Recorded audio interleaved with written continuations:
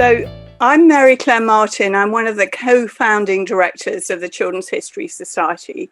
I'm also a principal lecturer and research lead at the University of Greenwich. And although I'm a historian by training, I have taught and written courses on children's literature and the representation of childhood in literature, art and film on the Childhood Studies degree at Greenwich for many years. So I'm delighted to be introducing this stellar panel entitled Reading and Rebellion, the Narrative of the Radical Child, which is the subject of a published book. And the flyer will be in the chat very shortly. I think we had it this morning too. So our speakers are Professor Michael Rosen, Professor Kimberley Reynolds, and Jane Rosen, who will speak in that order. And Michael will do a short coda. Simon Slight, who is the co-founding director of the Children's History Society, will be managing the questions. So to introduce our speakers, Michael Rosen is one of the best known figures in the children's book world and is renowned for his work as a poet, performer, broadcaster, and scriptwriter. As an author, and by selecting other writers' works for anthologies, he has been involved with over 140 books. He lectures and teaches in universities on children's literature, reading, and writing. Michael was the Children's Laureate for 2007 to 2009, and the winner of the Eleanor Farjeon Award. And he's currently Professor of Children's Literature at Goldsmith University. So thank you very much for coming, Michael. Kimberley Reynolds is the Professor of Children's Literature in the School of English Literature, Language and Linguistics at Newcastle University in the UK. She is a past president of the International Research Society for Children's Literature, senior editor of International Research in Children's Literature, and in 2013, she received the International Brothers Grimm Award for contributions to children's literature. She's twice received the Children's Literature Association Award for children's books, in 2009 for Radical Children's Literature, Future Vision and Aesthetic Transformations, which is on my shelf, and in 2018 for Left Out, the Forgotten Tradition of Radical Publishing for Children in Britain, 1910 to 1914. I heard several papers on that, I recall. And Jane Rosen trained as a librarian and has worked in specialist historical and cultural libraries. She currently works in London, where she has served as historical advisor for the exhibition Once Upon a Wartime, Classic War Stories for Children. And she works at a national museum. Her current research interest is in radical and working class children's literature, including the publications of the socialist Sunday school movement and the proletarian schools and college at the beginning of the 20th century, and of the Communist Party of Great Britain's youth movement in the 1920s and 1930s. She is also working on a bibliography of working class and radical children's literature in the 20th century. So we have a feast. And Simon is just very briefly going to explain how we will manage the questions, and then we'll start. Many thanks, Mary Claire. Yes, we will manage the questions which follow the papers, either using the chat box, which would be our first preference. Let me know if you've got a question you would like to ask, and we can also try the hands up function, but please be aware that I can't see all the people all at the same time. So perhaps if you might like to start typing your question during the papers, that would be great, and then I'll come to you at the end. And let me now hand the floor over to our esteemed speakers. Thank you. So over to you, Michael, and thank you very much again. Thank you, Mary Claire. Thank you, Simon. Right, so I thought, as you can hear, there's going to be three of us talking about this book and this theme, about 20 minutes each. Excuse me, Michael, before you jump in, I'm trying to share the screen, but I don't think anybody can see it, can you? So have you made me a co-host, Melanie? I can see it. You can see it. Oh, okay, because all I can see is the banner. I beg your pardon, Michael. No worries. Okay, so you can see from the screen, Kimberley is very nicely, kindly going to be putting up slides, as we used to call them. And so you can see the title, A Personal and Literary History of Children and Youth Speaking Up and Speaking Out. So my theme of today will be more autobiographical than Kimberley's and Jane's. And it's really kind of weaving a thread through the book that you've heard about, Reading and Rebellion, an anthology of radical writing for children 1900 to 1960 that we've co-edited, co-authored.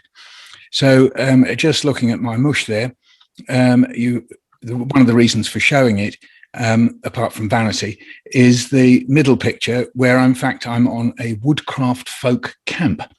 So the woodcraft folk, if you don't know about them, are and were, when I was around, interested in the child, in the notion of an alternative way to enjoy childhood and indeed enjoy politics.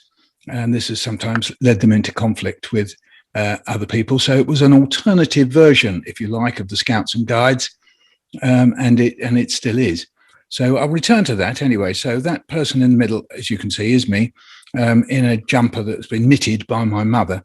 And the woodcraft folk very much believed in the great outdoors.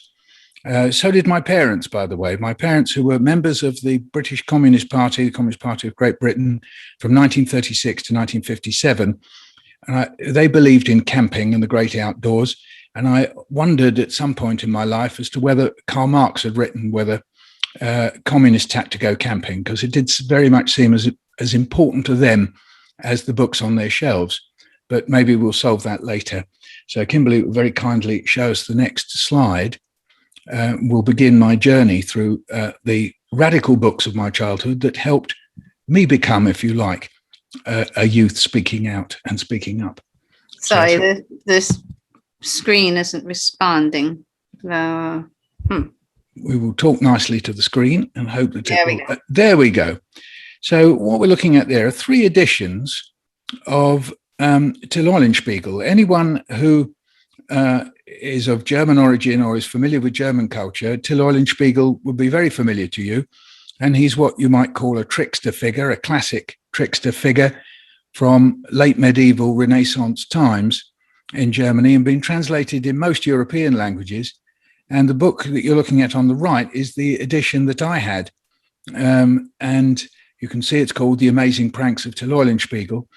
And basically, as a book for children, he is in his own way a rather individualistic rebel, analogous to Robin Hood, but he doesn't have a gang like Robin Hood obviously did, the Merry Men. But his opposition as a peasant, and perhaps as a dispossessed peasant, he seems to be only being mostly brought up by his mum, but not entirely, is that he's playing tricks, first of all, in his neighborhood, then in the town against the burghers, against vintners and bakers and so on. And then he moves on to greater things and plays tricks on dukes and university professors, outrageously, and other kind of lower, what you might call aristocracy, which in Germany of that time were called things like Landgraves, or in German Landgraf. And he plays tricks on them and even plays tricks on his deathbed. And for me, this book, I can't even begin to say how seminal it was for me. It just seemed his life from beginning to end seemed to be utterly worthwhile, just playing tricks on people. I'm not suggesting I still think the same, but as a child, it seemed absolutely perfect. The picture you see on the left, he's playing a trick on the gullible people of a little local town who believe that he's going to, well, on one occasion he says he's going to fly from the nearby building. And in this one, he says he's going to do an incredible trick and he needs their shoes. And they throw them up to him on the tightrope. And then he strings them all together and throws them down. And then, if you like, shows their folly by them fighting over which one is their shoes. So one version of his name, Eulenspiegel, is that it means owl glass, meaning that he's a wise person who shows a mirror to our own follies. This may be a pun because I think in Plattdeutsch, it also means something scatological like poo bum or something like that. So I think there's a double joke going on there. So the original manuscript of the largest collection of the stories comes from 1515, put together by a writer called Hermann Botha, I think. And but almost certainly he was drawing on oral stories that pre-existed that. But he counts as an author. And just as a sideline, you might be interested to know that Erich Kästner, who wrote Emil and the Detectives, produced an edition of this during the Second World War, because he stayed in Germany. He was a pacifist, actually, but he published it through Basel in Switzerland. So Till Eulenspiegel has a very, very interesting story from 1515 onwards. Anyway, as a child, this was a very, very important and seminal text. So let's have a look at the next picture, please, Kimberley. And what we're about to see. Sorry, again, I think it's just it's slow to respond, Michael, so start talking. And okay, so what we're about to see is also another book, another author that was very important in my childhood, Geoffrey Treece. He may be less familiar to people these days, but Geoffrey Treece was almost alone in being a historical left-wing novelist. Here we go, left-wing novelist, right the way through from the late 30s, as I remember, but certainly from the 40s through to, I interviewed him for a program I used to present on Radio 4, Treasure Islands, so through to the 80s. And this one, Bows Against the Barons, as you might guess, it's a Robin Hood story, but told from the point of view of Robin Hood. So you might think, well, in most of the Robin Hood stories, well, he is quite favoured. But what Geoffrey Treece does with the story is he makes it essentially a peasant's revolt. You could argue that Till Eulenspiegel, I've just spoken about, is another form of peasant's revolt, there having been a peasant's rebellion in Germany or in the German territories in 1380, as I remember, 1381. And possibly the Robin Hood stories come from the same period. Eric Hobsbawm wrote about the idea of banditry being a kind of pre-revolutionary form, and that maybe in his own way, Geoffrey Treece was, of course, tying into that there was something about, if you like, a form of rural resistance, if you like, intrinsic to the Robin Hood stories, which Geoffrey Treece brought out. And in terms of the effect on people, on youth, we quoted in the book a friend of mine, Chris Kaufman, who said, I was blown away by the book, age 12 in the late 50s, London. Teachers had got me reading. I found Bows Against the Barons at home. My parents were communists and didn't have much time for the ruling class. We lived, in a council estate, but the real estates were the palatial houses nearby, whose owners got the London County Council crest taken down as it, quote, lowered the tone of the area. I imagined I was Dickon, he's the boy who kind of goes with Robin Hood, following Alan a Dale's battle cry, all men equal from sea to sea, taking on the lords, abbots and tyrants. Chris went on, by the way, to represent and to edit the Journal of the Transport and General Workers Union. So he said, in later life as a union official in Britain's biggest trade union, I found myself representing the forestry workers from Sherwood. When I negotiated with the Forestry Commission for a pay rise, I imagined the skinflints on the other side of the table were put there by the Sheriff of Nottingham. So I remember this book very well, and being thrilled by the idea that somehow or other Robin Hood wasn't just a kind of forest yobbo, but actually was part of the way Geoffrey Treece has described it, as a sort of insurrection. Geoffrey Treece edited the text in its original form. It was rather full of comrades and slightly Soviet-imbued language, or possibly Communist Party language, you might say, but he changed that in later times. So let's have a look at the next slide, please, Kimberley, if it comes up. This slide will show the way in which children of my background not only got Geoffrey Treece, who you could do a whole talk about, by the way, it's very truncated today, but we were introduced to what might be broadly called Soviet literature. And it's very easy to, if you like, caricature Soviet literature as if it was some homogeneous, monolithic literature, just simply saying how great the Soviet Union was. Some of it was like that, but by no means all of it. And indeed, that literature read in the Soviet Union wasn't simply that either. It's just very easy to do that. So if we just stick on that one, lovely, you can see there 2 editions of Valentin Kataev's book, A White Sail Gleams. And I read this as a child and absolutely adored it. And this is, if you like, a quite strange mixture to English eyes, because it's a hyper-realist text about the 1905 rebellion, revolution, whatever you want to call it, in Russia, but interlaced with a kind of, I suppose you might call it, possibly expressionist, possibly imagist, as you can tell from the title, which is taken from a Lermontov poem. And in a sense, it's something ineffable, something unsearchable, something that you could never quite reach. The story is a story of 2 boys, Petya and Gavrik. And Petya is a middle-class boy, and Gavrik is a working-class boy, if not poverty-stricken, being brought up by his grandfather, who is he was a fisherman, basically, and lives in a sort of beach hut on the beach. And it tells the story of their lives and their different interests and how they intertwine. And as a son of teachers myself, as I remember it, I think Petya's parents are teachers, but don't stick with that. I very much identified with Petya and the idea of not that Petya's friendship with Gavrik is one of sympathy, but that he was being called on to express solidarity with Gavrik, particularly in what they'd done, which was to rescue a seaman who had swum ashore from battleship Potemkin. So you may know battleship Potemkin from the film, which was the trigger for the 1905 revolution because of the terrible conditions on board the battleship. So the sailors basically mutinied, and this chap, the sailor, swims ashore, and Gavrik's grandfather puts him up. And in a way, this was almost like a kind of call for solidarity, if you like, by someone of my background or my ways of thinking. And I felt that very strongly as a child. I also happen to think it's a beautifully written book and still do. And there's a movie version of it that came out in the late 30s. So if you want to look, sometimes it's called A Lonely White Sail. There's 2 translations of the book. So this is an example of the kind of book that came into my house.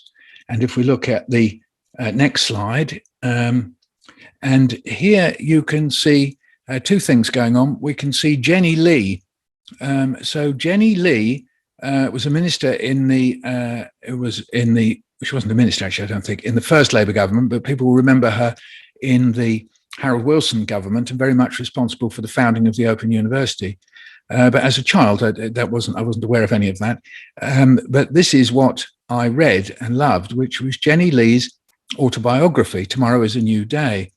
And it's a very interesting book because in the history of children's literature, there is only a handful of books that could be described as the true life accounts, or however you want to put it, the memoirs, or even the fictionalized accounts of working class girls just living their lives and adventures as working class girls. So in a way, this stands alone and still does as a strong account. And the extract we put in the book, I deliberately chose because it's one that really, really impacted on me, which was that Jenny describes the little nuances of just becoming slightly better off. In fact, her father was a coal miner, slightly better off, and the sort of micro snobberies, and her brother desperately wanting a tennis racket, or all of them wanting a tennis racket and slightly better toys than they'd had. And the boy was so keen to play tennis that he smashed it the first time he went out and used it. And I identified very much with this because my father made a great deal about giving me a leather football. And I went out the back and kicked it over the wall and we never saw it again. So these kind of overlaps between personal experience and stuff you read. But the importance of this book, I think, still stands today as an example of how rarely this view of life is shown back to children. I mean, let alone working class children, that they hardly ever see themselves in books.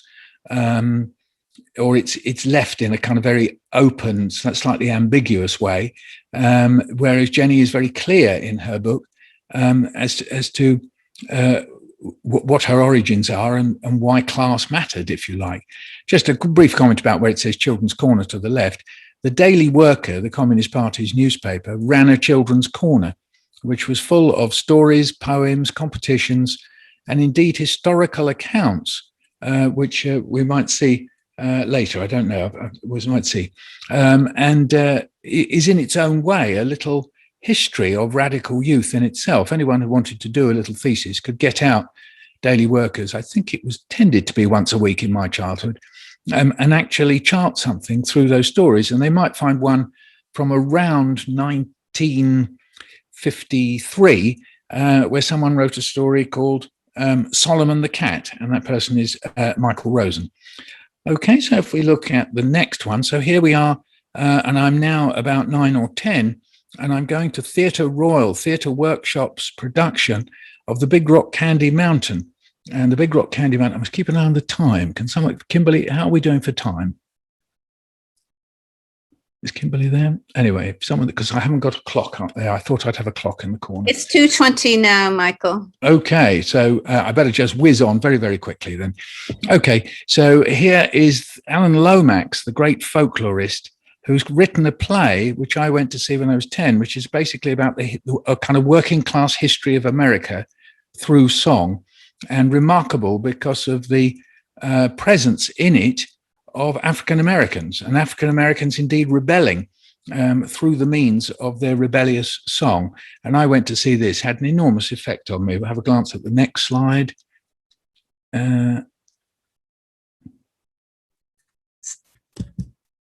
Sorry, it's stuck again. Just okay. Don't rush, because you've got about 7 minutes still. Yeah, okay.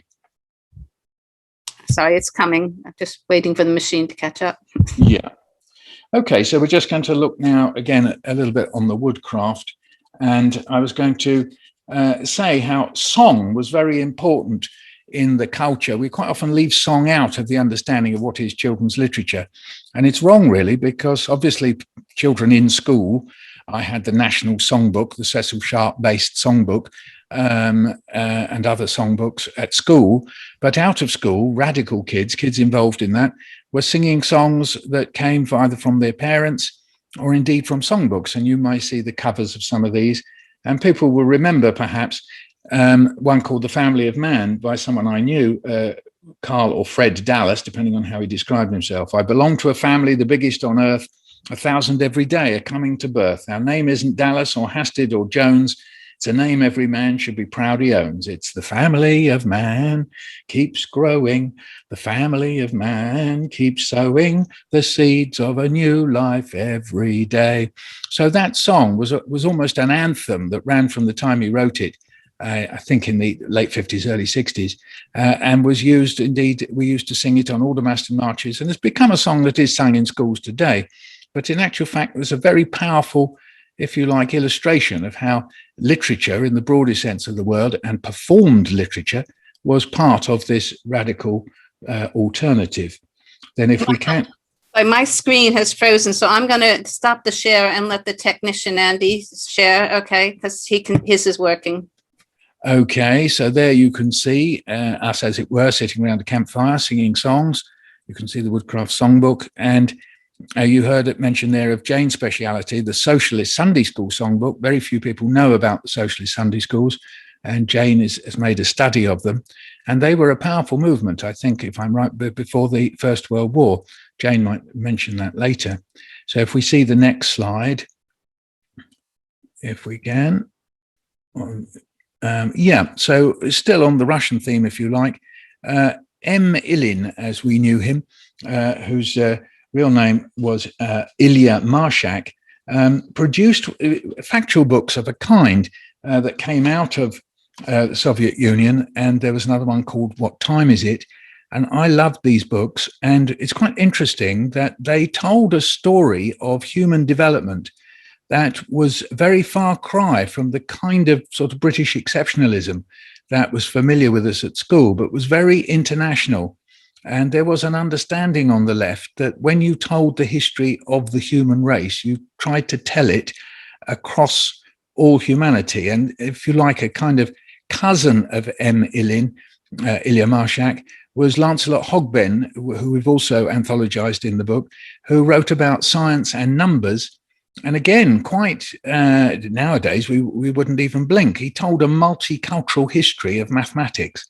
And in its time, was, of course, quite radical. And my brother, certainly, who became a scientist, feasted off Hogben and Illin as well.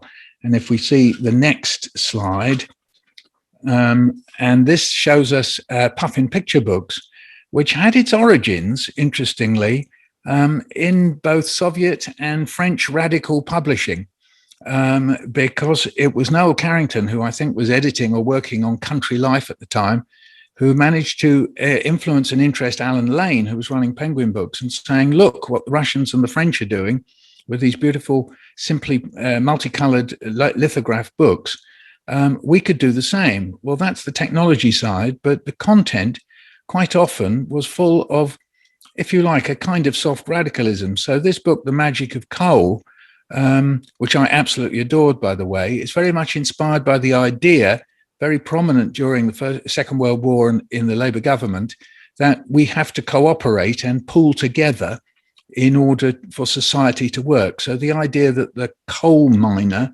digs coal, which makes the trains run on time, was there. And there's one image that we've put in the book. This is obviously the cover image, which was, I can't describe it, but it was sort of frozen on my mind, of a sort of the idea of the miner coming home for tea and sitting having tea, looking at a train through the window.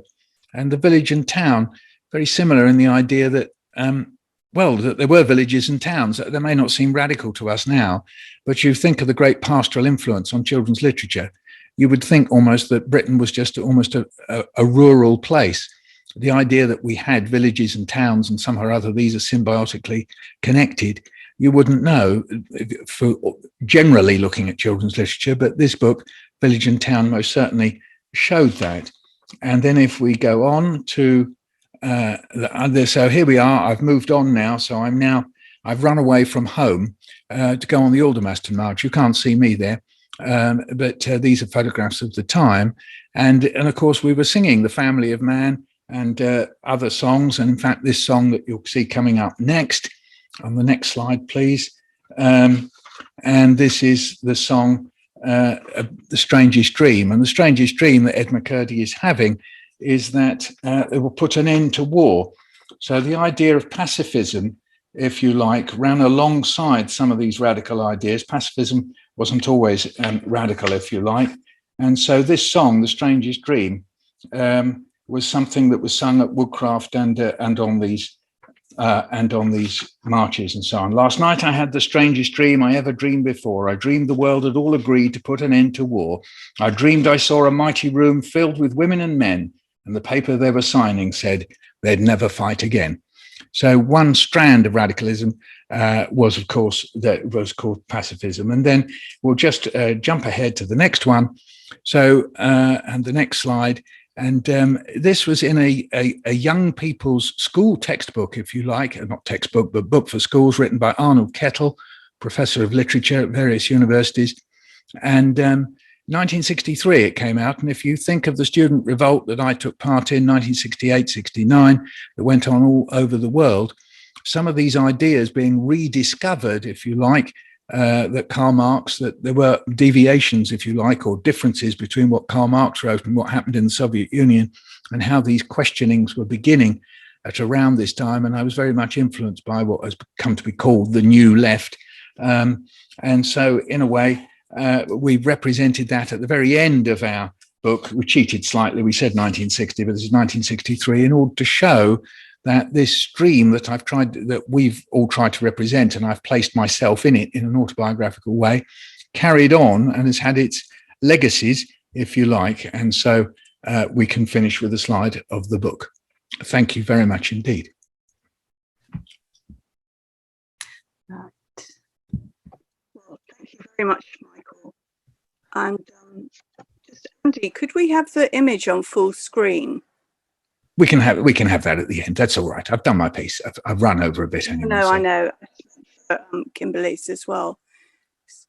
So okay. Tim, it's great. Thank you. So okay. To you, Kim. Right. Now, I apologize for the problems before. I hope this will be a bit more responsive. And Mary Claire, thank you for introducing us so nicely. And I realize that since we gave you our information, two things have changed. One minor, which relates to me, which is I've stepped down as senior editor of IRSCL, which is not momentous, but technically I'm no longer the editor. But a more momentous thing is that Michael was actually awarded the J.M. Barrie Award for lifetime achievement and contribution to, as a champion for children, children's literature, children's arts in particular. So that is really worth mentioning, I think. Right. Well, my talk today only partly draws on material in the book, but it looks ahead to the second volume that we're planning to bring out. And this second volume will bring us more up to date. Oh, super responsive. Right. So I'm talking about the Battle of Cable Street, which was a working class uprising that took place in the East End of London on the 4th of October in 1936. It's come to be regarded as a defining moment in British opposition to fascism, which helped to shape Britain's role in World War II. Now, that claim is exaggerated. Nevertheless, the events in Cable Street saw approximately 250,000 anti-fascist demonstrators from a wide range of backgrounds converge to prevent Oswald Mosley and 3,000 members of his British Union of Fascists from marching through the Jewish section of the East End of London.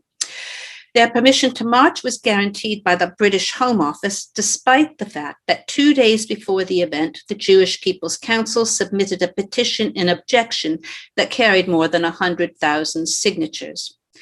In line with the Home Office decision, while Mosley and his black shirts may have been the reason for this huge and sometimes violent protest, the actual battle was largely between the protesters and the 6,000 police, representatives of the state, who were protecting Mosley's and his followers' right to march. That fact has become more prominent in recent accounts of the event, as have the multicultural and the multi-generational nature of the protesters. This revised emphasis reflects changing cultural attitudes to the state, to the police, and, pertinent to our discussion, to the role of children in political events, all of which have affected the way the story is represented in writing for children and young people. Such adjustments are only to be expected. As Walter Benjamin pointed out in On the Concept of History, retellings of significant historical events, or what he referred to as states of emergency or moments of danger, these belong to all times and are constantly reinterpreted in line with new evidence and changed ways of thinking. Each new iteration is at least as much about the time of the retelling as it is about the moment when an event occurred. Often this is especially so when an incident from the past is represented to younger readers, because of course most young people don't have a great knowledge of history yet. They haven't lived very long, they haven't had a chance to study it. So writers very often have to provide considerable background information, and that the way they present that is almost always informed by their personal biases and current thinking. Additionally, writers usually choose events or historical moments to write about that seem to speak to the present, and they do this with a view to helping readers think about their own time as much as to help them understand what's happened in the past. Benjamin's thinking about children and the child figure in culture is also relevant to this discussion. During the 1920s and 30s, the years leading up to and including the Battle of Cable Street, he was writing plays and making radio broadcasts for children and young people with a view to encouraging them to become socially engaged and active. So precisely the kinds of things that Michael has just been talking about and the effect they had on him, and the kinds of things that we've anthologized. Beyond the potentiality of real children, however, Benjamin endowed the symbolic child figure with messianic properties, meaning the capacity to claim and redeem what's been lost in culture. Foremost of these he regarded as a sense of collective experience. The turn of the millennium, when there was widespread uncertainty about the future, we had a great sense of unease, I think, as we approached the year 2000. that saw a similar movement in fantasy writing for children and young people. A number of critics have identified Buffy the Vampire Slayer, Harry Potter, Katniss Everdeen, and Lyra Belacqua as messianic figures destined to save their worlds. However, where Benjamin looked to the messianic child figure to help bring about specific and possible social changes in the real world, the protagonists of these popular series are charged with saving whole worlds from existential threats of many kinds. Now, the distinction between these two versions of the messianic child affects the kind of writing directed to young readers.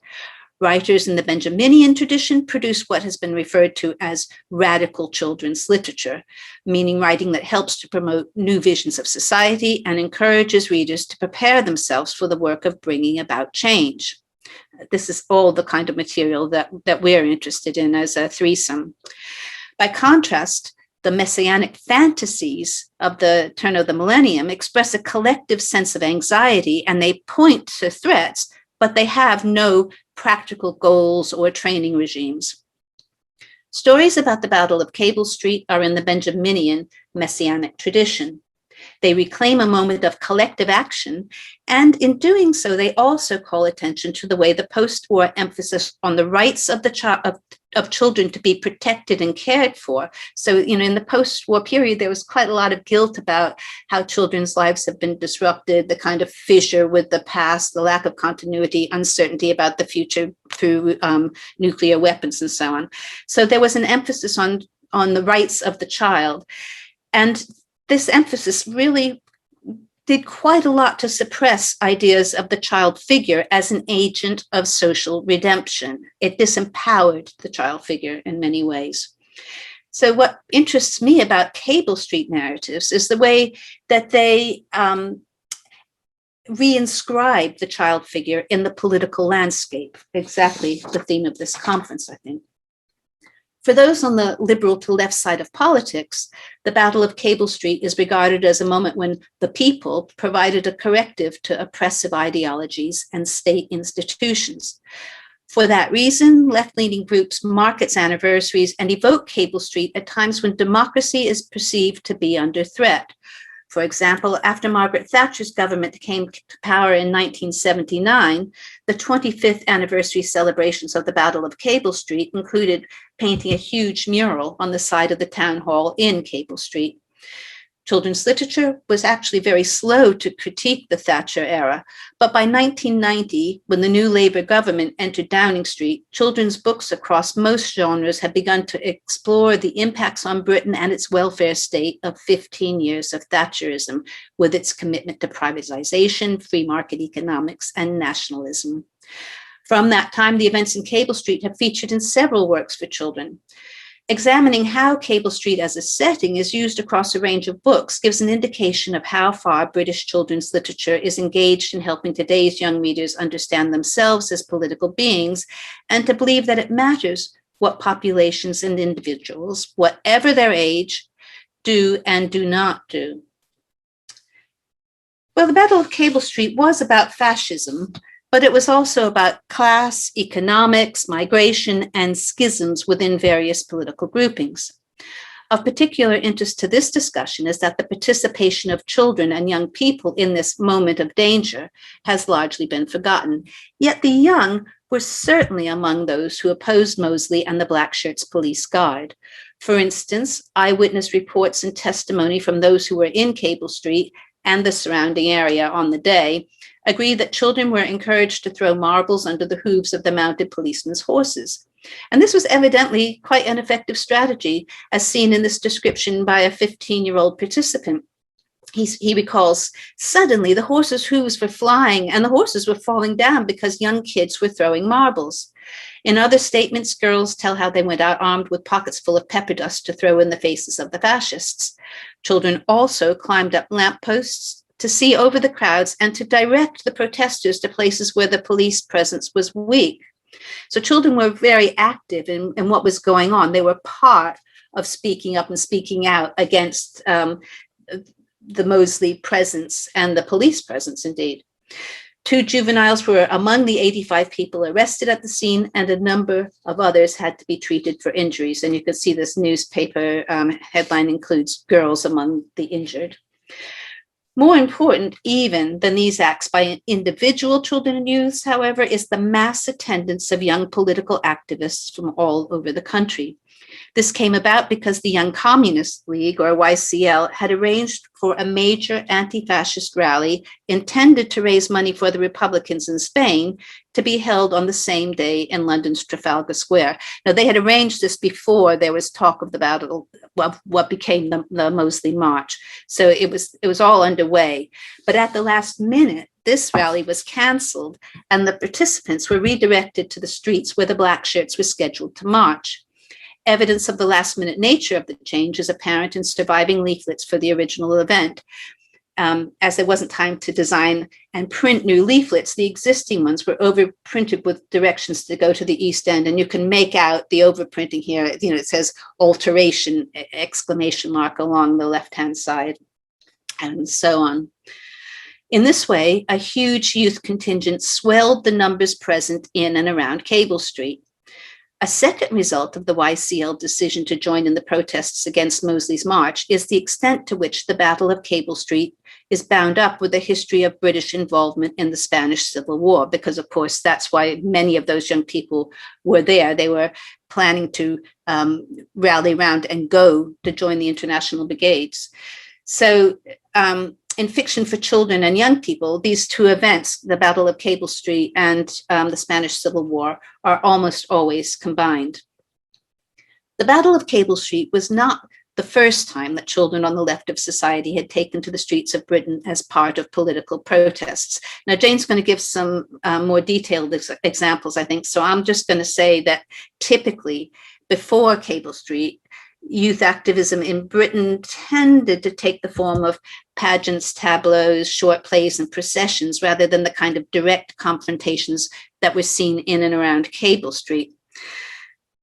But that said, in the 1930s, left-wing children's publications began to exhort children to become activists, really active on the streets, speaking up and speaking out, by celebrating the contributions of children to uprising in the past, and honoring children's bravery in opposing fascism at home and abroad.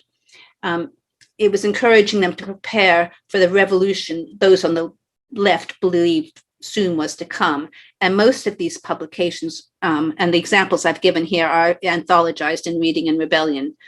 Like young people's activism, are long forgotten, but the Battle of Cable Street has been kept alive in the cultural memory, in part through children's literature. The decision to set a children's book in Cable Street constitutes a Benjaminian use of the past by figuring children as potential activists and encouraging them to speak up and to speak out about injustices and damaging ways of organizing societies. Most Cable Street narratives, unsurprisingly, belong to the category of historical fiction. However, there is a US-based educational organization called Facing History and Ourselves, which gives a nonfiction treatment of the Battle of Cable Street and some of the materials it's prepared. It does this on the grounds that, quote, by engaging with this history, that is the history of Cable Street, the Battle of Cable Street, students will think critically about the choices made by the East End community and its allies in 1936, and then consider choices available to them as agents of change.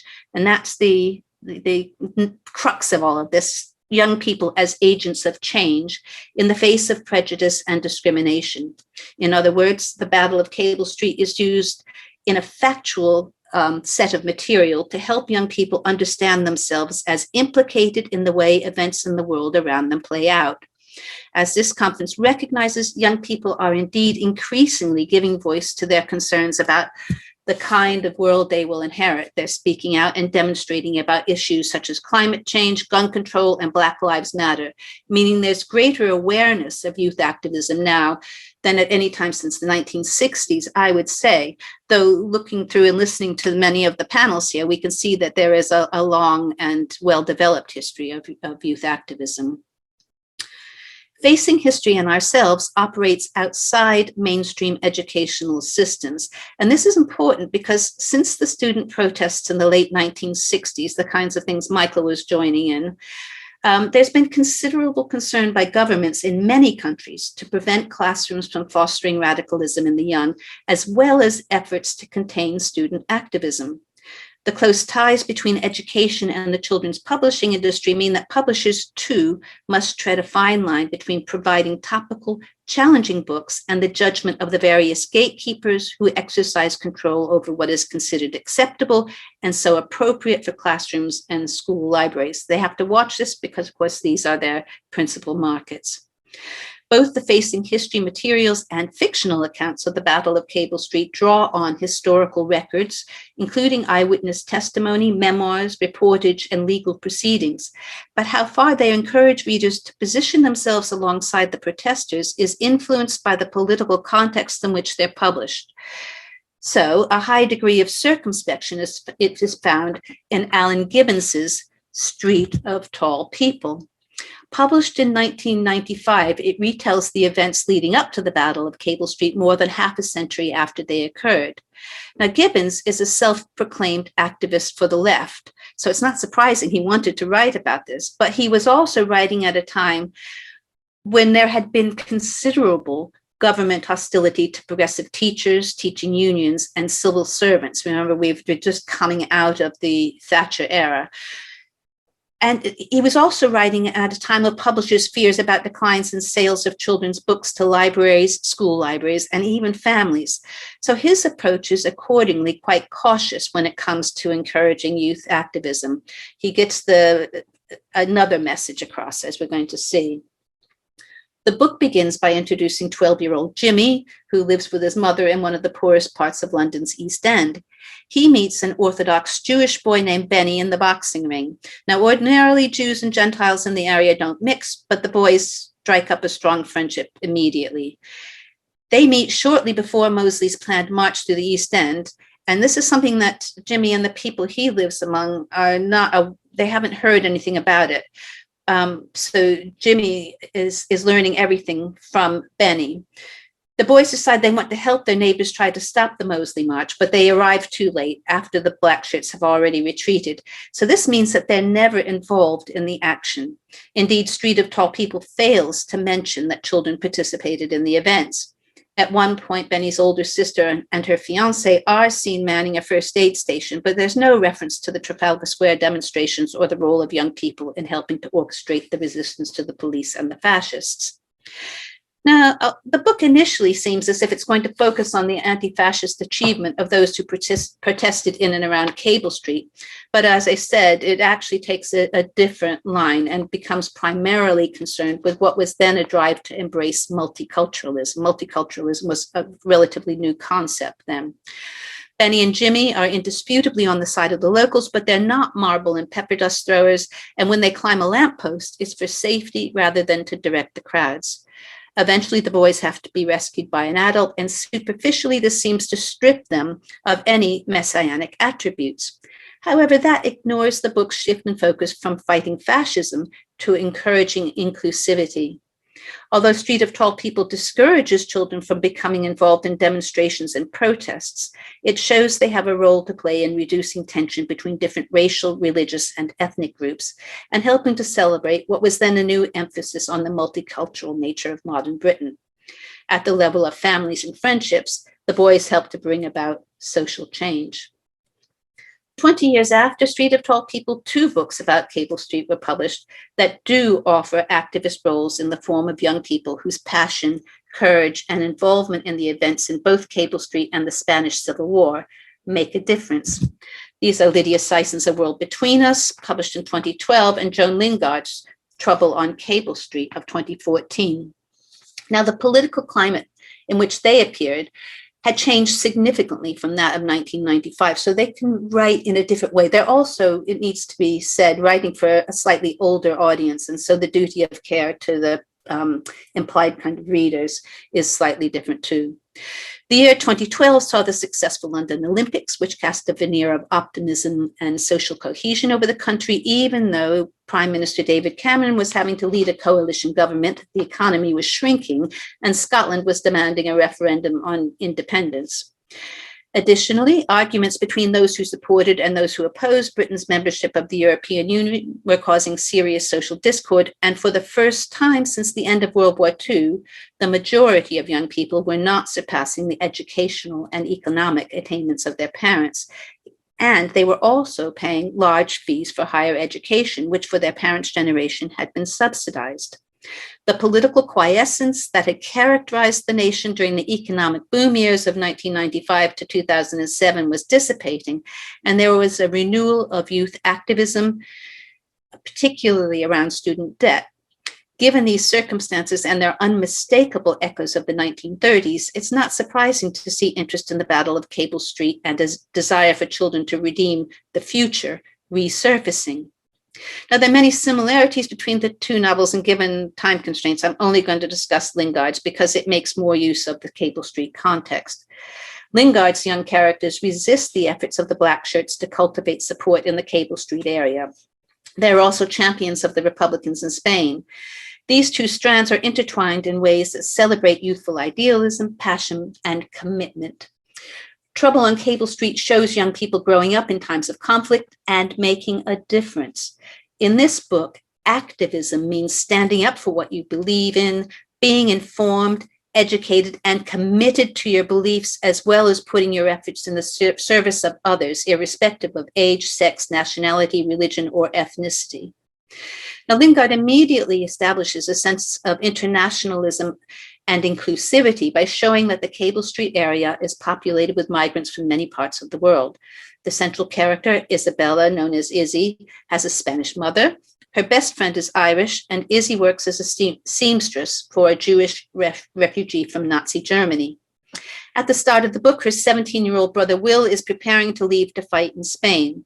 The links between young people involved in the Battle of Cable Street and those who volunteered for the international brigades is established when Izzy's family helps a Scottish boy who was planning to go to Spain, but then is injured by the police during the fighting around Cable Street. All the action, anything important that happens in this book is done by the young. There's no question of whether it's appropriate for them to be involved. Young people are working to change the tide of events, actively affecting politics at home and abroad, and the Battle of Cable Street is both a catalyst for and the glue that binds their actions. Although Izzy isn't an activist organizer, she participates in the battle. She's there and gets involved. And crucially, she carries on its work of opposing Mosley and trying to improve life for the people in her area. Another significant factor in the book is the importance Izzy places on education. After work, she attends a night school, and her ability to act and to discriminate between causes are grounded in her well-trained and informed mind. For budding activists, this is arguably the most important lesson in the book. It's used to show how the energy, passion, and ideals of the young can be caught up in perverted causes if they lack the ability to interrogate arguments and haven't developed a moral compass that distinguishes between right and wrong. Izzy's less educated older brother becomes for a time a useful idiot in the service of the black shirts, though he does finally have the courage to disown them when he learns to see them clearly, partly through Izzy's efforts. Today's children and young people are required to distinguish between screeds of both reliable and distorted information from social media, as well as more traditional forums. The overwhelming nature of the messages that bombard them, together with the lingering perception that the young should be shielded from troubling issues rather than part of social redemption, goes some way towards explaining that turn of the millennium shift from radical literature to messianic fantasy, with their lack of focus on practical ways politically engaged young people can help to bring about positive change. Its historical setting means Trouble on Cable Street does not offer guidance on managing the current situation, but the book's general advice about the importance of education, the need to find trustworthy sources and mentors, and how easy it can be to be misled by charismatic and forceful personalities is as relevant now as it has ever been. Fiction's ability to draw readers in and to explore why characters do certain things, how they feel about them, and the consequences of their action makes it a powerful part of social education and personal development. In our media-rich age, it remains important that the young have well-informed fiction that addresses specific political contexts and takes readers through the challenges, dilemmas, and setbacks that are an inevitable part of opposing official policies or the business practices of powerful corporations. And of course, politics is much more pervasive and subtle than those examples. As well as learning from the past, however, young readers need books that speak directly about their own political context. It's particularly welcome, then, that the current publishing climate is more receptive to radical children's literature than it has been for some time. A good barometer of this change in the UK is the Little Rebels Children's Book Award, established in 2010 by the Alliance of Radical Booksellers and Letterbox Library, a children's publisher that specializes in children's books that promote equality and diversity. Year on year, the number and quality of the books entered for this prize has grown rapidly. And collectively, these new contributions to radical children's literature show that the political arena needs the young to speak up and speak out. We need youth voices.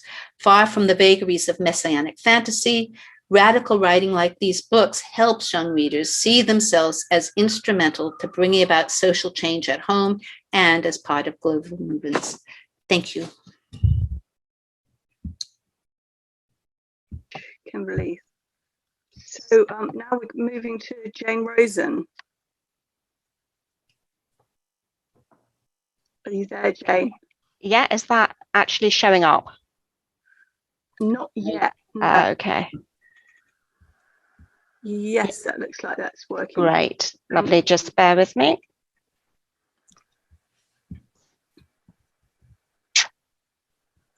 Okay. There we go. Sorry about that. Okay. Okay. In February 2019, I paid a visit to a small village in Norfolk called Burston. It was here in 1914 that 12-year-old Violet Potter led her school out on strike in support of their Christian socialist teachers who had been dismissed for their support of the agricultural workers in the area and their trade union. It was the longest ever strike in British history, and it was led by children. In the beginning, the striking students were taught on the village common by their dismissed teachers. Soon, the Burston Strike School became famous amongst radical and trade union organisations. Facing fines and eviction from their temporary premises, funds were soon raised to build a school for the striking students. The school was to last until 1939, when one of the teachers died and the other retired. Burston Strike School and its pupils remain an example of grassroots working-class child activism, and it therefore seemed an ideal place to start this presentation, which looks at publications written for children on the subject of their involvement in strike action and trade union activity, examining both mainstream and more radical and revolutionary works.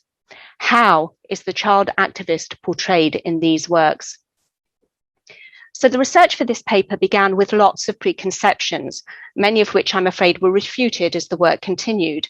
There were also lots of exclamations. Where are the books on the match girl strike? Where are the books on the general strike? Where are the books on the dock strike? What follows is some examples of the very few I found. And surprisingly, I'm starting with G.A. Henty, who is much better known as a 19th century writer of imperialist adventure stories. But Facing Death, published in 1897, is his attempt to look at the mining community.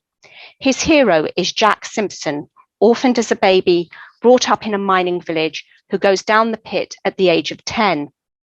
At an early age, he's given advice on how to better himself, and self-discipline in the fields of marriage and drink. I'm not quite sure which of those is the most dangerous.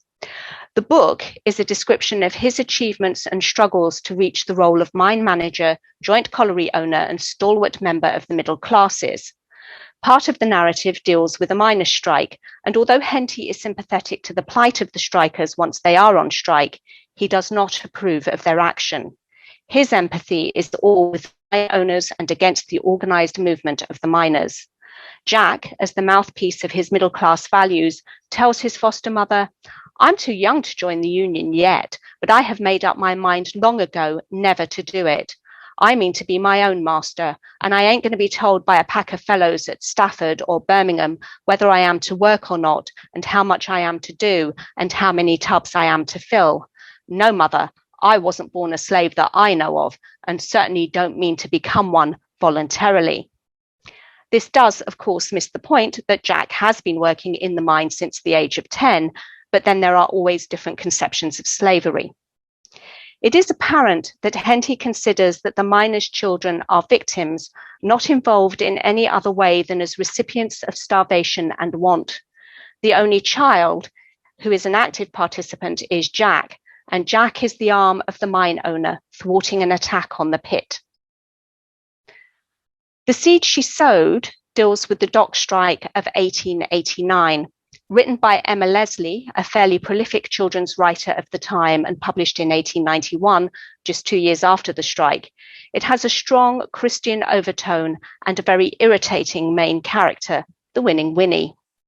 Winnie's father is a docker, and Leslie shows great compassion for the dockers' living conditions and the contract system that prevails amongst the casual labourers.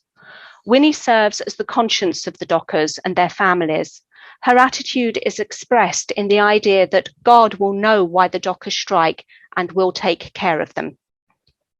Leslie deals a lot with the possibility of violence, though concedes that relatively little occurred. Some of this she puts down to the reluctance of the women to complain about the hardship they are undergoing, in case it goads their men to violent acts. In this, she says, women like Mrs. Chaplin and weaker girls like Winnie saved London from riot and bloodshed. In this book, as well as the child as victim of the strike, the child, as personified by Winnie, plays a part in the strike, if only by being uncomplaining and supportive of the dockers. She is physically unable to undertake any other role. The more radical alternatives to this material may mention trade union activity, but it's mostly in accounts of contemporary struggles. The monthly journal, The Young Socialist, produced a regular column, The Calendar of Socialist Saints, depicting activists and revolutionaries. None of the columns mentions any union activist, although in its contemporary issues produced at the time of the general strike of 1926, it does record many of the activities of the children in mining communities and elsewhere, showing quite clearly their involvement on a level with that of their adult comrades. The Russian Revolution and the foundation of the Communist Party of Great Britain altered this passive attitude. No longer were children's periodicals just to record children's activities. From the beginning, it was understood that children should be encouraged to actively participate in the revolutionary movement. In its first issue in December 1921, the Young Communist stated that its role was to inspire the communist rebel spirit in the young people of our class. In the later periodical, Young Comrade, which was for children aged between 10 and 14, there were reports on the children's sections beginning cells in schools that campaigned for the ending to caning, for free school meals, free medical and dental treatment, no child labour, smaller classes, and the maintenance of children of locked out and striking workers. This was a realistic view of the undeniable fact that the children of working class communities are involved in the struggles of those communities. When the men come out on strike, we children have still to go to school. And when the men get their pay knocked down, we children suffer. Therefore, the children should stand side by side with their fathers and strike when they strike. And this is abundantly clear in the issues of the periodical that follow the general strike and the long miners' strike that followed its defeat. In its June 1926 issue, it reports how children are supporting the work of the striking miners. It calls for sympathetic school strikes, funds and demonstrations. This encouragement of young activists, without doubt, contributed to their willingness to stand up and question perceived injustices, both as children and later on in their careers when they're adults. And this attitude continued with the radical publisher Martin Lawrence, active in the 1930s, who produced children's books like Geoffrey Treece, those written by Geoffrey Treece, but some of which referenced union and strike activity. Their first book in 1931, The Red Corner Storybook, included a short story by the US writer Myra Page called Miners' Children Are Striking Too. This describes the effects of the strike on families, and she says of the children, this was their strike, the same as their dads and mothers. It had to be one. And it continues with the child protagonist taking part in the picket line and organising the halting of scab labour. In this, and in Still Spokes by T.H. Wintringham, which appeared in the later publication Martin's Annual, the child characters are equal in effect and in action as their adult comrades. In the Wintringham tale, Joey visits motorcycles and hears them talk about the men who made them, expressing their concerns about the onerous working conditions. And Joey asks how he can help, and the motorcycle suggests that he and they join the picket line of the striking workers, urging Joey to bring his gang. This leads to fabulous scenes with motorbikes carrying a bevy of children of all ages to the picket line. And I have to say, this is actually a wonderful story. It is anthologized in our anthology, and I do recommend everybody who can to read it. These children were victims only in the way that their adults were victims of a capitalist society. They were part of the movement to counter this society, equal with their parents as comrades and equally involved in the struggle. So there we are, children acting in solidarity with adults, where as trade unionists and radicals we may wish to be. And then came the 1970s and afterwards with a great increase in mainstream books dealing with working class characters. And yet somehow it mostly went wrong. The general strike is one of the most significant events of the British trade union movement, and one with incredible repercussions. A dreadful defeat for the labour movement and saw the miners out on strike for a terrible 6 months, defeated for decades. So far, I have found one children's book on the subject, and this one doesn't actually deal with the strike. It deals with the period immediately before, when the miners know that the strike will happen. Still, Gran at Colgate by Winifred Corley, published in 1974, describes the mining community effectively, the dread of the coming strike, and the realization before it even begins that although it's necessary, it is doomed to failure, though this might be a bit of hindsight. Jin is the interpreter, the grandchild who comes for a visit to recuperate her strength and who is removed from the community, providing an outside observer's view of the events. Like Jack Simpson, she is removed not only physically, but from a class point of view as well. Her mother is married to a shopkeeper and is determined that Jin go to college and become a teacher. So Corley provides both the voice of the mining community, brave, fighting, and with the terrible certainty of failure, and Jim provides her father's voice, religious, convinced that A.J. Cook, the miners' leader, is a bolshie, and that the miners' pay packet is more than adequate. And this is the pay packet, which in the space of 7 years had been cut by almost 50%. Here, the child protagonist is the observer, not a participant, not a victim. And because the book finishes before the strike begins and Jin returns home, we do not see the child react to the actuality of the strike, thus removing her from any overt political action. She is a witness rather than a participant.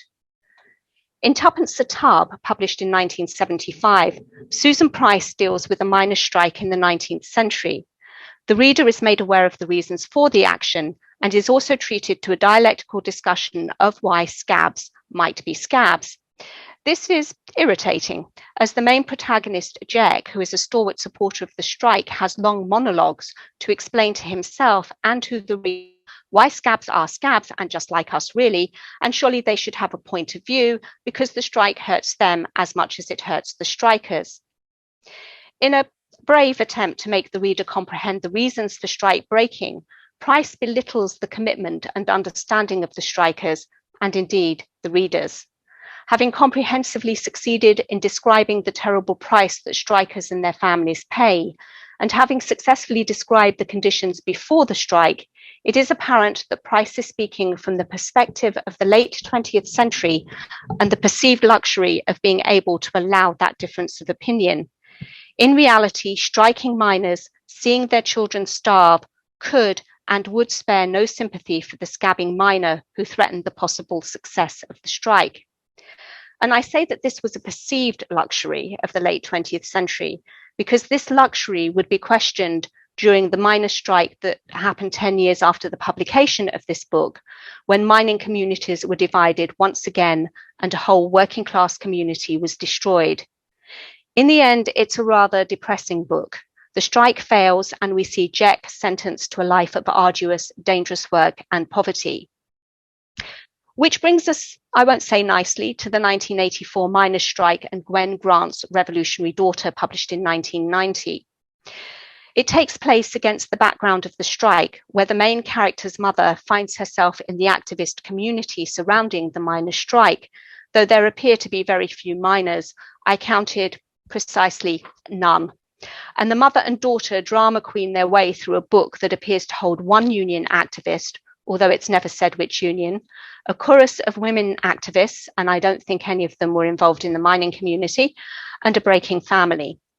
However, all is well, because the daughter, aged 16, finds romance with the unaffiliated trade unionist, which is frankly all a bit icky. Here, the child is victim, if perhaps embracing self-victimhood of the miners' strike, but there is nothing about the striking community itself. And then there is Gillian Cross and revolt at Ratcliffe's Rags. 3 children have to prepare a project on a factory in their town. 2 of the children are middle class. The third is the son of one of the factory workers. On a visit to the factory, one of the middle class children, Abby, is insulted by the factory owner, and partly because of the conditions in the factory, but mostly because he hasn't treated her properly, she encourages a strike of the female workforce. Although the women managed to wrest some of the organisation of the strike away from her, it is Abby that garners publicity and who becomes the spokesperson. So what we have here is a middle-class child attempting to improve working-class lives, pride in them. Sue, they're so efficient. I thought I'd have to get Giles, her father, to tell us what to do, but they don't need any help at all. Bless. The failure of the strike, where the owner closes the factory and the women have to return to work in order to receive redundancy, is not completely depressing, as Giles comes up with the idea that the women buy the factory in order to run it themselves. Although I will say, again, we have a middle-class person rescuing working-class people, so thanks for that. What is depressing is the attitude of the book. Cross is aware of Abby's failings. She is not a likable character, and she is criticised for taking over the strike. Child here is certainly centre stage, but there is no solidarity here between child and adult. And worst of all, in her afterword to the reissue of this book, Gillian Cross stated that she had to find ways of making the child protagonist part of the book because school children are not usually involved in strikes. We're getting away from the Burston school strike for the moment. There are indeed times when school children are not involved in strikes, but when a community is forced to strike, their children are always involved because they are part of the community. So I'm just going to show here some examples of children not involved in strikes. This is Mother Jones and the March of the Children in 1903.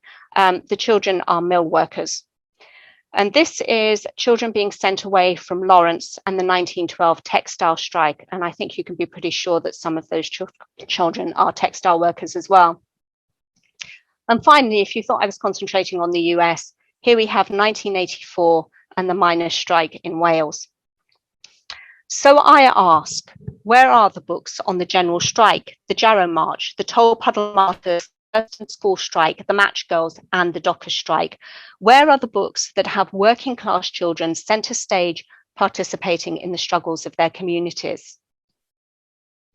In 2019, when thinking about beginning this presentation, children on strike came up in the news again as hundreds of thousands of school children, inspired by a 15-year-old Swedish schoolgirl, walked out of schools all over the world to call for radical action to stop climate change. Sorry. And in Manchester, a local school, Abraham Moss, in the same year, the year of the Peterloo commemorations, embarked on a project called Power to the Pupil, which included children from the nursery class to year 11. As part of their citizenship classes, the pupils were asked to celebrate protest, to make placards, to go on an organised march and to chant slogans. The march had the youngest pupils demonstrating to save the polar bears and the older scholars demonstrating against period poverty, knife crime, and global warming. And this was encouragement not just to be prepared to stand up for beliefs, but to have the difficult conversations to present those beliefs, and most importantly, to promote the right and the duty to question everything. Children are part of the communities and societies in which they live. Too rarely do they have a voice, and too rarely are they listened to. And this is largely reflected in the mainstream publications produced for them. In 1936, Geoffrey Treece wrote an article for International Literature in which he asked the question, "Where is our revolutionary literature for the children?" In the article, he analysed how such a literature should be written and what it should cover. He referenced a couple of historical events, citing the Peasants' Revolt and the Paris Commune. He did not mention unions or strikes, though he did, quite correctly, praise Wintringham's story Steel Spokes. Yet what an opportunity! What other subject would allow a close working solidarity between child and adult? How revolutionary would it be to write of children actively supporting trade unions and strikes? For Radcliffe's Rags to the contrary, children form part of any community on strike. If we are honest, though it is liberating for the child to be free from adult supervision in the adventure stories that we all love, it is surely more liberating to be aware that as a child you are part of that community and that you are an equal participant in the struggle. Don't forget Mother Jones' Army, the Burston School strike, the children marching for the environment. A child is a powerful thing. And as Treece said, there is work here for plenty of us. Which side are you on? Thank you.